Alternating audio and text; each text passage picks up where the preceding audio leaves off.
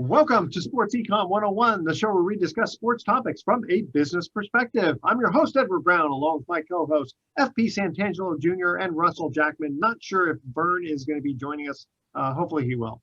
At each commercial break, we're going to ask a sports trivia question. Today's trivia theme is football movies. Thought you guys would have kind of fun with that. All right. I thought we were going to start talking NBA. Oh, we will. Don't worry. We've got a lot of time for the NBA. We're still in football also, but all our baseball questions are passe now. And we're in football also. Someone should remind the Raiders that the season is still going on. Yeah. Okay. And speaking of football, when we come back, we've got to talk a little bit about Odell Beckham Jr. suing Nike for millions of dollars. We'll get into that a little bit. We also have the FTX scandal. The old cryptocurrency issue, a little bit of Yasiel Puig and what's going on with him in gambling. More gambling stuff. California did not pass its big gambling proposition by a wide margin. I thought that was kind of interesting. And then also, so we record the show on Tuesday. Last night was Monday Night Football, and I do have a quick thing about the Eagles and turnovers and refs and instant replay. Wanted to mention to you guys. Okay. Here we go. So this segment of Sports Econ 101 is sponsored by Pacific Private Money, providing mortgage investments currently yielding at least 7%, secured by real estate, actually anywhere from 7 to 9%.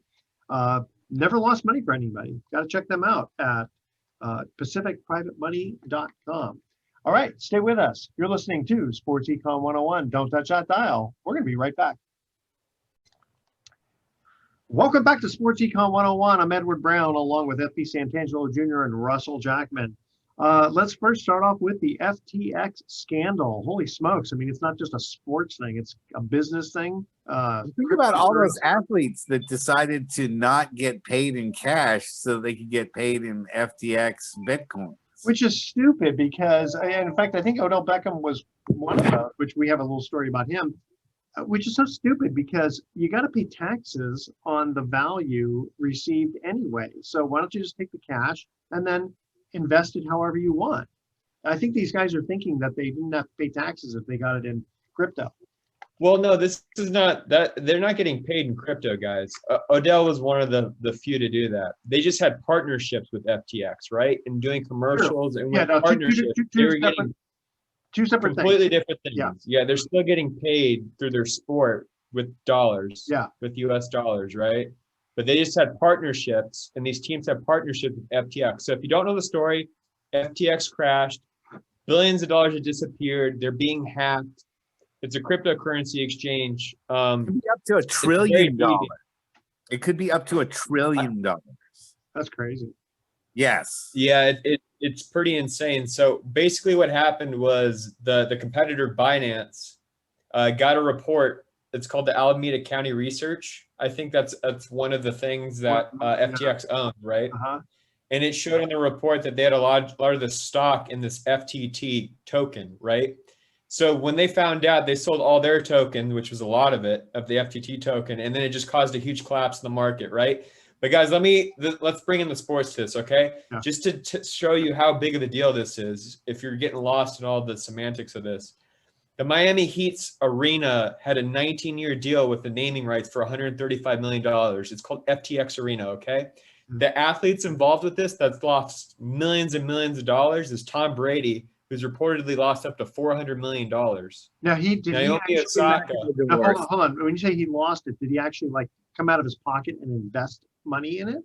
Yeah. Yes. Okay. Yes. Wow. Yeah, he invested that. Naomi Osaka, Steph Curry, Shohei Ohtani, and then the two major teams involved with FTX were the Golden State Warriors and the Washington Capitals. So this is huge, guys. And I think they're in Formula One as well. So this is ginormous how many athletes lost money because they were investing into this, right? They were investing their game checks. They're investing their money that they're getting through ad revenue or this or that into this, thinking it was a safe and secure thing, and it was trendy. It was a trendy thing to do. I mean, FTX had a huge nobody thought it was safe and secure. I'd like to put a big asterisk on that. Sure. Tom Brady, Naomi Osaka, Steph Curry, and Shohei Ohtani thought it was secure. So they invested millions into that. And those are How some could, big how names. could anyone, how could anyone who invests in crypto think it's secure? No, I got to agree with Russell on this one. Well, first of all, from a security standpoint, you're not allowed to use the word safe. But I Yep. know that you're not promoting it as a safe thing. But Oh, yeah. safe and secure, yeah, I would say definitely speculative.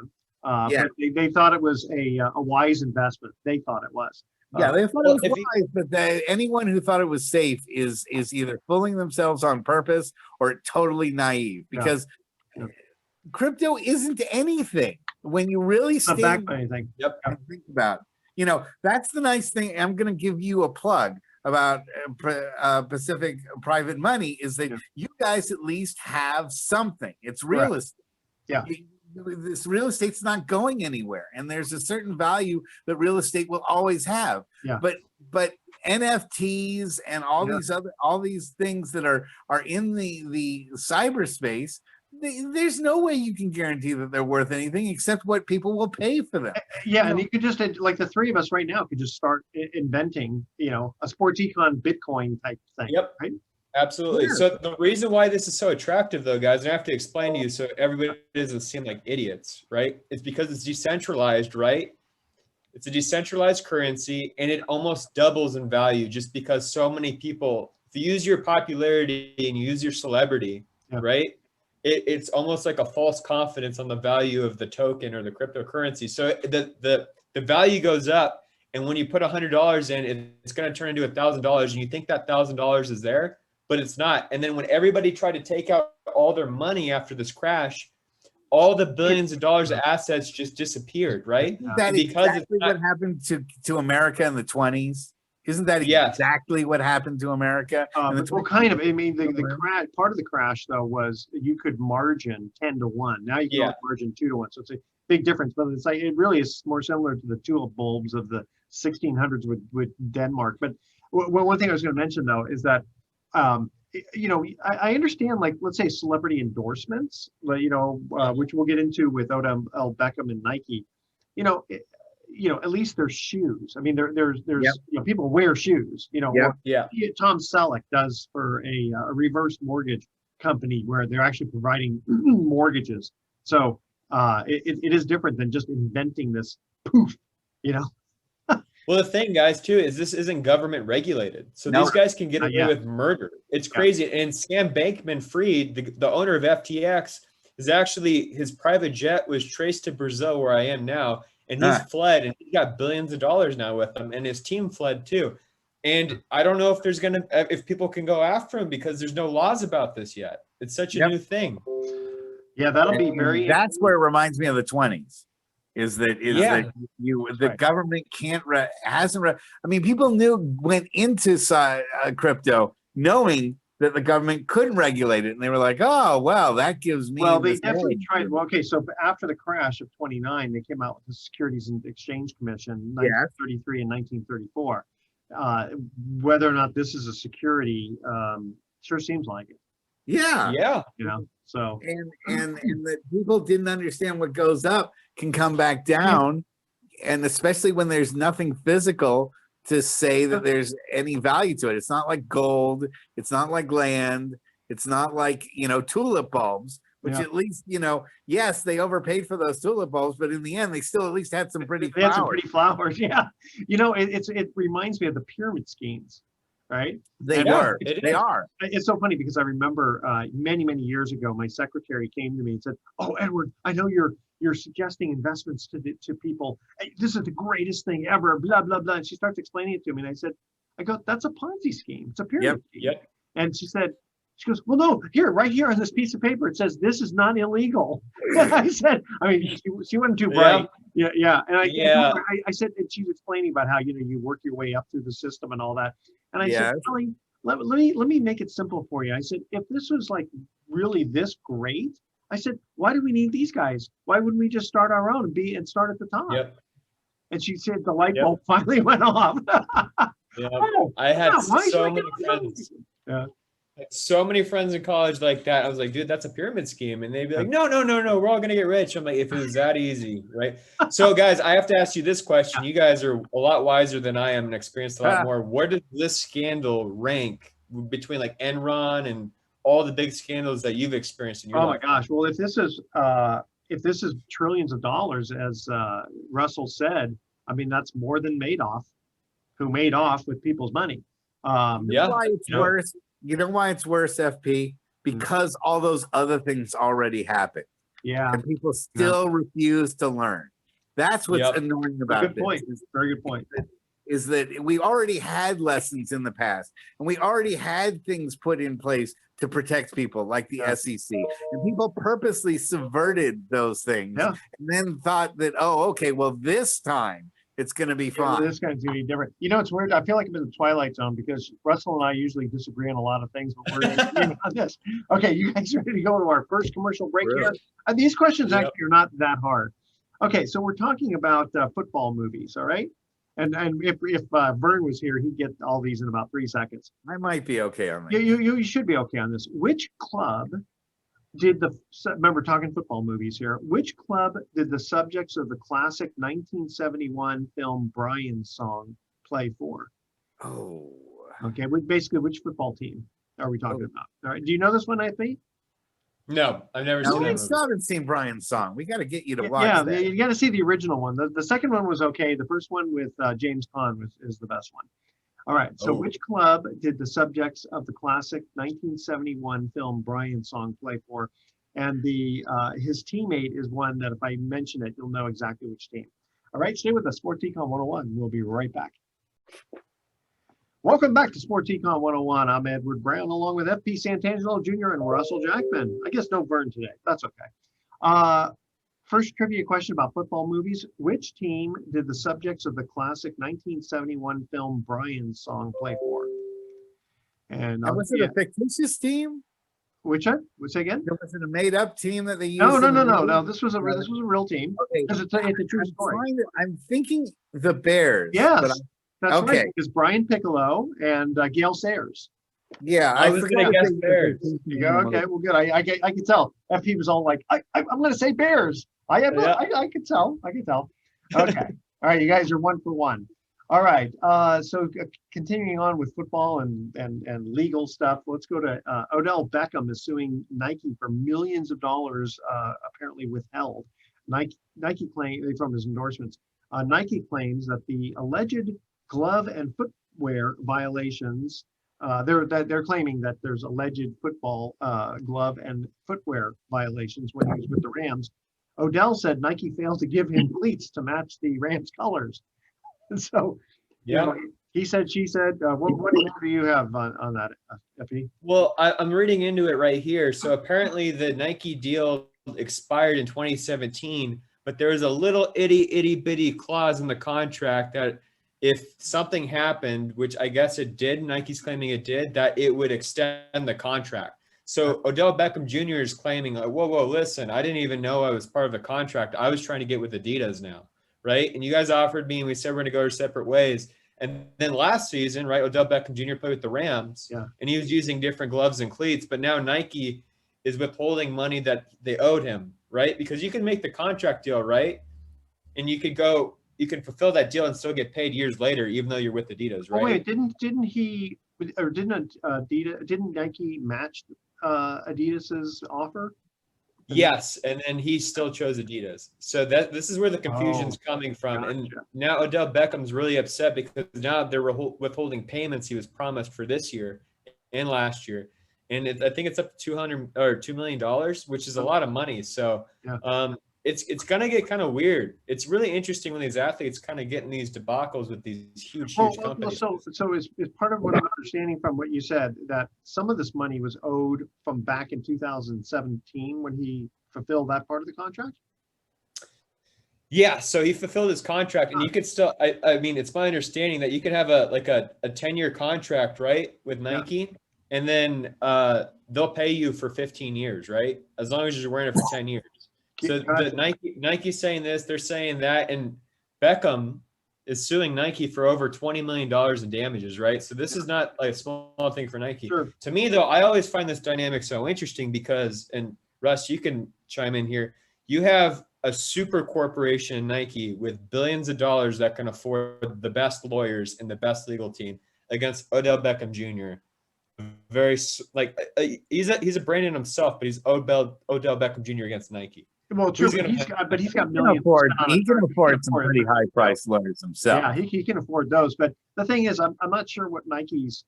Again, we don't know all the issues. But the thing is, if Odell already fulfilled the part of the contract, they owe it to him. You know, they can't just say, well, you didn't continue on with us, or you did something after the fact that negates what you earned before. So Odell Beckham is alleging that there is, as his contract was being finalized, you know, the one that ended in 2017, that Nike altered language about royalty figures that would trigger an automatic extension of the deal without his knowledge. So something triggered an extension and he didn't know about it. Yeah. So it was kind of like a little sneaky thing by Yeah. Nike. Hey, you didn't read a contract. Legend. Yeah. You know, that reminds me, So- when we did a hard money loan many years ago for a church that was buying a strip mall that had a theater in it, and they were going to turn the theater into their, you know, sanctuary basically. And Yep. the reason they came to us is because they had found a hard money lender in Oregon who was pretty unscrupulous. And after they had agreed to all the contract and all everything, all the terms, at the very last minute when the pastor went into the title company to sign the documents, it's a good thing that he read the documents, because the hard money lender snuck in there a clause that said that the hard money lender was going to own 51% of the building. Whoa. That was never agreed to. Whoa. Yeah, and they That's thought he like had him a- over a barrel, and the pastor just said, you know what, forget you. That's, you know, that is so unscrupulous. I would never agree to that. And so they ended up finding us, and so we did the deal. But I mean, it's amazing what some of these people do. And you know, it's like, didn't their mother ever teach them the difference between right and wrong? Yeah, and you know what? It's sad because people do this because it works, right? That's why they do it, because it's worked before in the past and it keeps on working. It's I these mean, but little- that's the thing. Is like, okay, if you were, Russell will appreciate this. If I said you could rob a bank and get away with it, would you do it? Yeah, that's the moral question. Yeah, I said no, because it's the wrong thing to do. I mean, I'm not saying I'm perfect. I do bank? lots of wrong things, but I wouldn't, like, just because you can get away with something doesn't mean you should do I it. guess I'd ask which bank. Well, that's true. That does make a difference, doesn't it? Wouldn't rob Wells And that's Fargo coming 'cause I from the keep my attorney money in there. this group. Holy smokes! I wouldn't rob Wells Fargo because that's where my money is. But you know, Bank of America has treated me really poorly in Oh, the past. gosh. I don't know how bad I'd feel. I got a quick story about them. My old business partner, his mom had a rental property, and the agreement was that she had to have money sitting in the checking account so that every month the bank could take the money out for the mortgage, right? It's an escrow account, an impound account, right? And there's nothing wrong with that. And one month she gets a late fee. And she says, how can I get a late fee? And they said, well, we dragged the money out 2 days after the late fee it got imposed.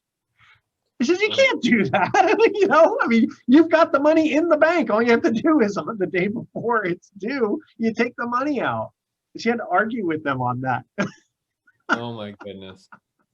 Well, you know, and it's funny because Russell, when you mentioned about, you know, which bank and all that, I think, Russell, where did you get your law degree from? What's the matter, you? McGeorge. McGeorge. Yeah, I know someone who actually, I know a very good attorney who, other than you, who graduated from McGeorge. Probably better than me. Okay, so continuing on before we go to a break, California did not pass a gambling proposition. Apparently, it Hooray. lost by a long shot, by a huge Count amount. me as part of the proud 85%. Yeah. Yeah, so it's there's rare that two- I vote for something that winds up getting 85% of the votes. As I was True. saying to you before the show started, you can't get 85% of the Californians to agree on what day it is. True. But the 85% of California said that proposition was garbage, and it was. Go ahead. So Russ. there were two Yeah. propositions. It was 26 and 27, I believe. Yeah, and it would correct. allow sports gambling in California, right? Yeah. And I have some numbers for you guys, Well, right? Sports one of gambling- them dealt with gambling on Native American lands, and the other one was kind of across the board. Okay, but go. The go other ahead. one was online. It was online. Yeah. So those are the two ones, right? So this is huge, guys. I formerly worked at NBC Sports Bay Area, right, in San Francisco, and we've been talking about these bills since 2020. All right, this is huge. This was like gonna change everything in the game in California. It was gonna change everything in the United States. A lot of the content that you would be exposed to when you're watching Monday Night Football or Sunday Night Football, or if you're watching baseball or basketball, you're going to start to see lines for the first time if this bill passed in California, because the revenue was insane. Yeah. Insane. Wow. So And look who just joined us. Vern Glenn. I'll tell you something, boys. As a battered University of Virginia alum, was a tough week. Tough week. Wow. Oh yeah. You're not a Raiders fan. Yeah. No, Well, no, now I mean, don't want to talk about talking about sports the- betting now. I'm super bummed now. I know that's I'm thrilled. I'm very happy. I'm happy to talk about sports betting. I think I know. Russ, Hey, Russ, I think you missed the fact that Vern was talking about what happened in Virginia with the football players. that is the shooting. Yeah, that is Yeah. Tragedy. Yeah. That was rough. That kind of stuff. I mean, you just don't expect something like that to happen in Charlottesville, and it did.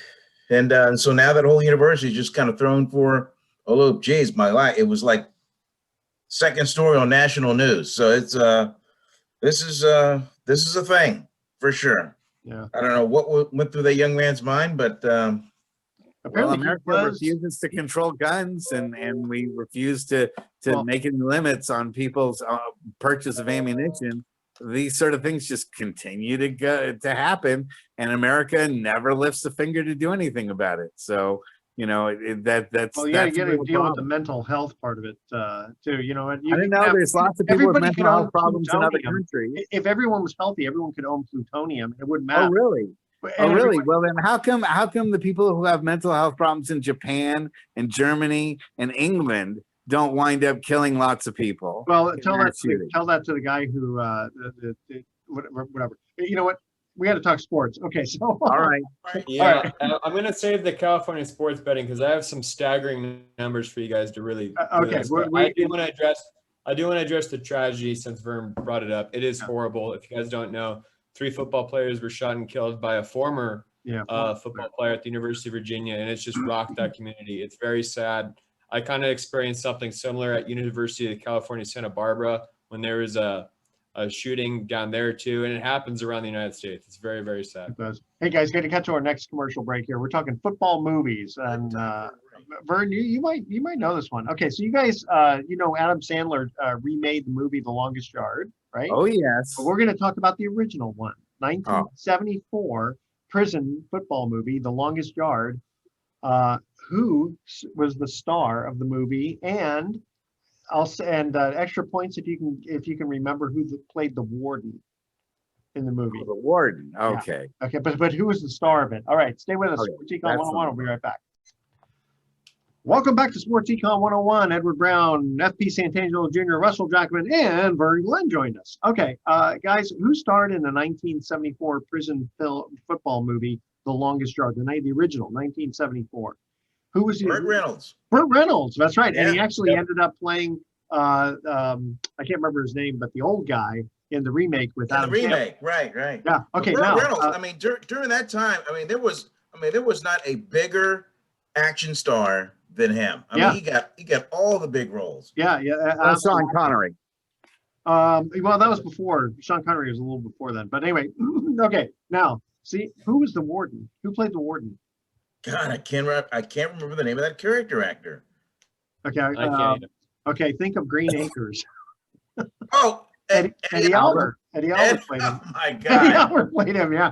He's a very, very bad man. Very Yeah. bad man. Well, and you're going to use the Indian accent, then I wanted to say that in the remake of The Longest Yard, Richard Keel's character was played by Dilip Singh, who is a guy that I managed in All Pro Wrestling when he came out from India, and I actually managed him for a match. The great Kali.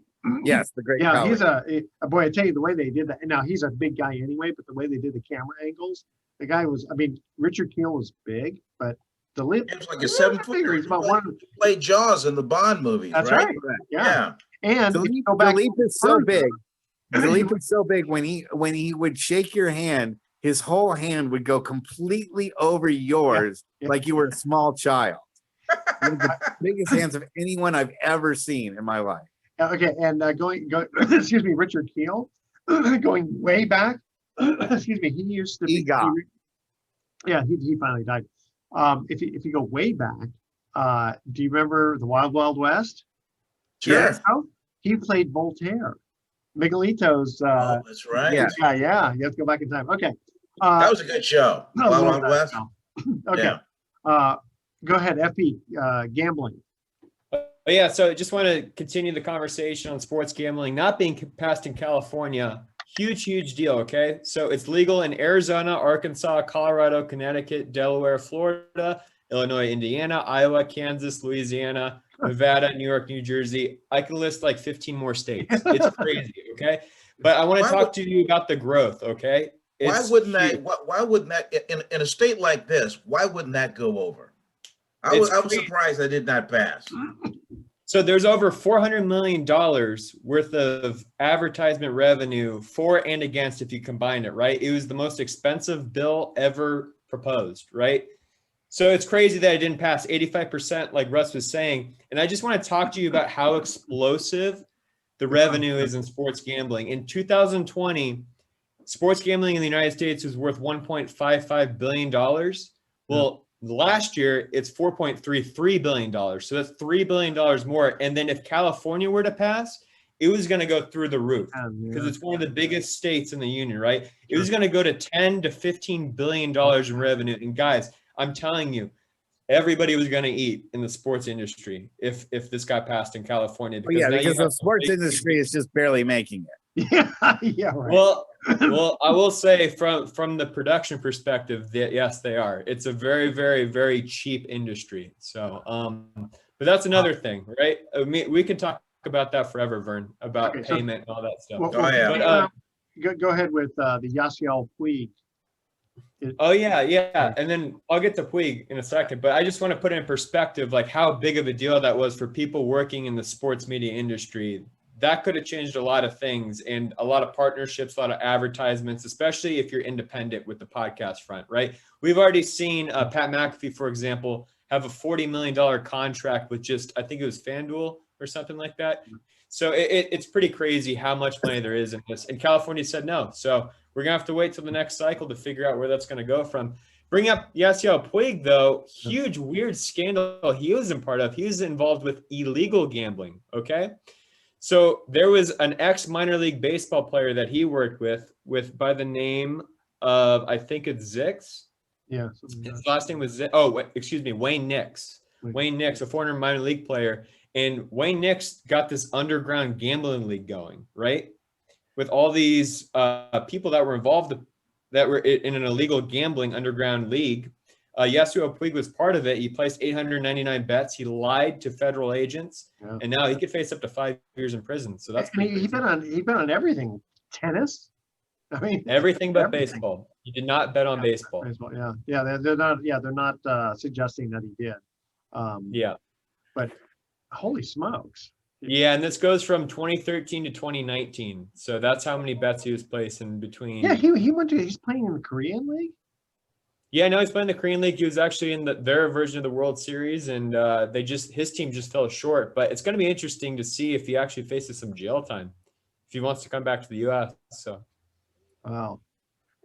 And I'm trying to think. Okay, he was like kind of a superstar for quite a while. Well, quite a while with the Dodgers. What happened to him? That did he just lose his skills or temper and well, there was he was alleged of sexually assaulting a woman. That was proven false, actually. So no teams wanted to touch him. Unfortunately, that was the thing.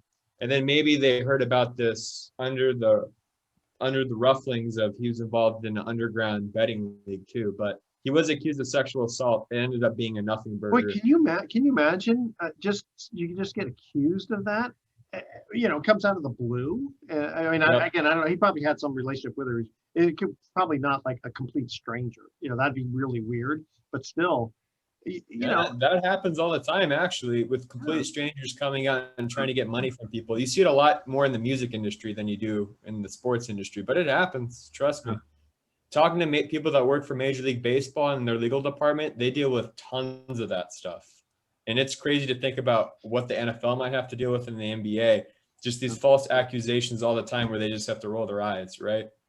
So well, it used to be the Van Halen star. Come on, who am I thinking of? David Lee Roth. David Lee Roth. Yeah, he ended up buying paternity insurance just in case he got women pregnant, but he never.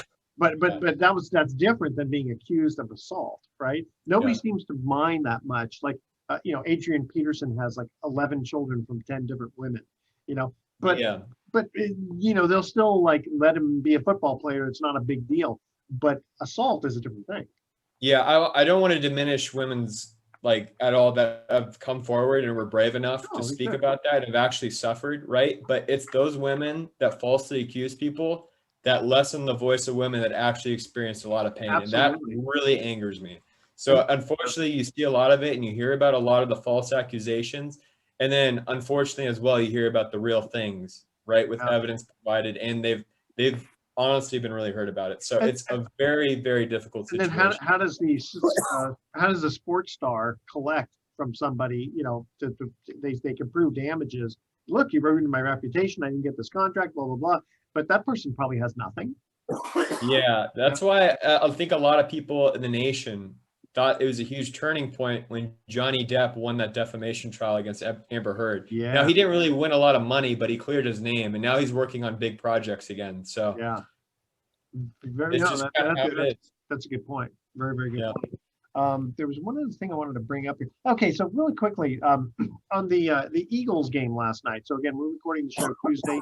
Monday was the Eagles lost for the first time this year, and the champagne gets popped in Miami. Talk about the ultimate gravy train. Those guys continuing to live off of the 72. Oh yeah, for sure. Get over it already, guys. Well, nobody's surpassing the They have the Patriots. Yeah, the Patriots won 19 games. I know, but they didn't win they lost to the Giants Super Bowl. So anyway, yeah, but in a 17-game season with bye weeks. Right. No, you're 100% right. You're 100% right on that. But here's the point I wanted to get to is that now the Eagles turned over the ball way too much. But on that one specific call where they missed the face mask, which would have got them not to turn the ball over and given them 15 yards, they potentially could have won the game on that. You wonder why with replay, since they automatically do replay on turnovers, that's something that was so obvious that, are they going to change the rules? Should they change the way they screwed up the pass interference calls and reviewing those? It's not coming. They're not going to expand instant replay. If anything, they're going to restrict it. No. But here's the thing: see, they on turnovers, they automatically review it anyway. So you can call penalties. They can't call retroactive penalties. All they can call on a turnover is whether the ball came loose or not. No, I understand, but let's put it this way: should they? No, because look at what happened when we had everything that went on with instant replay and pass interference. It was a disaster, and they had to get rid of it because there were too many subjective calls that you just couldn't tell whether it was or not. Okay, but remember how it's like whatever the call is, except if it's overwhelmingly evidence that it should be turned over. So why? I mean, this was like really obvious. There should be some discretion. Just aren't offsides really obvious? Isn't holding really obvious? Isn't holding? Yeah, I mean, offsides is. Where do you draw the line? If you're going to retroactively review every single possible penalty, shouldn't you just review every play after it's over? Because you'll find penalties. For a 6-hour game. Go ahead, FB. Well, I was just going to say, I mean, Russ, you know more than anybody when there's a law, right? And you got to look at the written law, right? And then you look at the rule book and you're reading the rule book. It actually specifies with speech, right? With the written word, like what the actual rule is. And sometimes it's a lot different than what we think as fans, right? Unless you're like reading the exact code of the rules, which I've talked to an NFL referee before. These guys are like encyclopedias, man. They could just rattle it off the top of their head. They are so good. I think they're underpaid, by the way, too, for what they do and all the criticism they get. But I mean, that's kind of the law of the land, and you're at the mercy of what is in the rule book, right? So if it's subjective, if it's this or that, it's hard. Like your hands are tied as a referee, and your hands are tied if you're back, revealing that play. Like back. Well, and there was another play last night where one Eagle accidentally, I think it was against the Eagles, where one Eagle accidentally bumped into past the 1 yard mark where the wide receivers were crossing. Yeah. And so it's like an obstruction type thing. That's very the pick, right? Very pick play. You talking about that one? Which one? The pick play. Yeah. Yeah, which is illegal. Yeah. Well. Yeah. And they keep changing the rules all the time. Remember Deacon Jones? He's head slap. Yeah, head slapping. I wonder how many. But do we want to go to the replay booth after every play? After every play, no, because again, you'll have a 6 You're hour. getting there. That's what they're worried about, and it was happening a lot with the pass interference calls. Yeah, especially when they don't decide in like 30 seconds. Yeah. And they don't. They don't. Okay, hey guys, we're going to come to our last trivia question here. We're talking football movies. Who starred in the movie All the Right Moves about a high school football player from Ampipe, Pennsylvania, desperate for a scholarship? You guys remember the movie? Yep. It's actually a pretty good movie. That's our trivia question. Again, who starred in the movie All the Right Moves about a high school football player from Ampipe, which is not a real town, Pennsylvania. I think it's considered like a steel town type of, blue collar. Desperate for a scholarship. Stay with us. Sports Econ 101 will be right back with some closing comments. Don't touch that dial. All right. Welcome back to Sports Econ 101. Last time for today, I'm Edward Brown, your host, along with FB Santangelo Jr., Vern Glenn, and Russell Jackman. Third trivia question, who starred in the movie All the Right Moves about a high school football player from Ampipe, Pennsylvania, desperate for a scholarship? Tom Cruise. Tom Cruise. Very Boom. good. Yeah. In his younger days. That was 1980. Before he was a Scientologist. Before he was all nice and clean. It's actually a pretty decent movie. In fact, I remember it was, anyway, long story on that. Okay. Any last comments before we go to our thoughts of the day? I mean, my thoughts are pressure with the people in Virginia. That's all. I agree. I'm sorry about that. Yeah. That's. And actually, is that the school that you went to, Vern? Yes. Yeah, that's right. Because I remember that. I'm trying to remember. One was Virginia Tech, the other was University of Virginia. You're the Cavaliers. We're the Cavaliers. Virginia Tech's the Hokies. Yep. 5 hours away on the other part of the state. What's a Hokie?